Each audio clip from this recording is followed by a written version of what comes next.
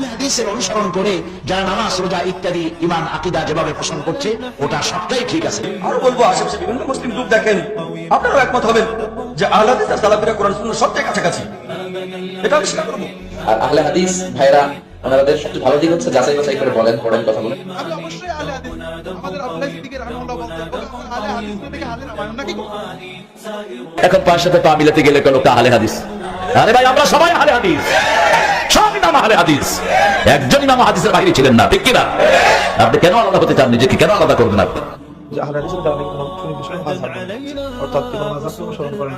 আমাদের ইসলাম ধর্মের যে চারটি প্রধান মাযহাব রয়েছে, হানাফি, মালিকি, শাফিঈ এবং হাম্বলি। এই চার মাযহাবের বাইরে যাদের সরাসরি কোরআন হাদিস থেকে ওনাদের বক্তব্যগুলোকে কালেক্ট করে তারপর আহলে হাদিস।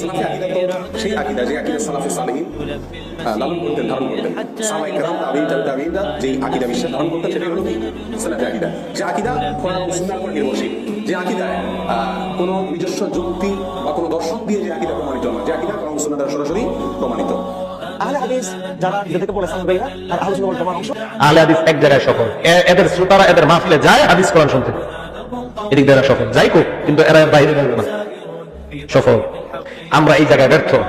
পৃথিবীতে মানুষের মতামতকে উপেক্ষা করে কোরআন এবং সহিহ হাদিস মেনে চলে যারা, তারাই হচ্ছে আহলে হাদিস। সে যেখানেই থাকুক না কেন, থাক না কেন শহরে, থাক না কেন জঙ্গলে, থাক না কেন বনে মাঠে, পৃথিবীর যেখানে যারা কোরআন এবং সহিহ হাদিস মেনে চলে, তারাই হচ্ছে আহলে হাদিস।